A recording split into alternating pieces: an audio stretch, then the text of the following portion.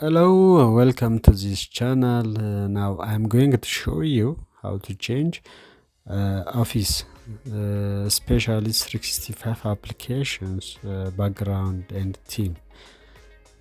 Sometimes it suddenly becomes dark and being uncomfortable. So watch this video.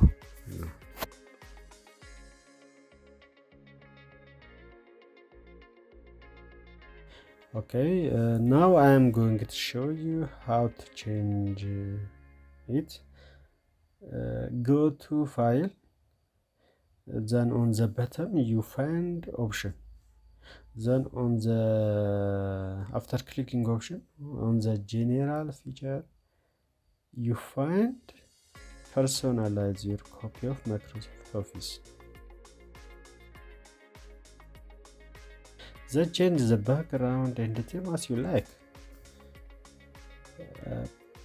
Please watch the video carefully, and if you have any comment, don't forget to write it down. I will get you back soon. Bye.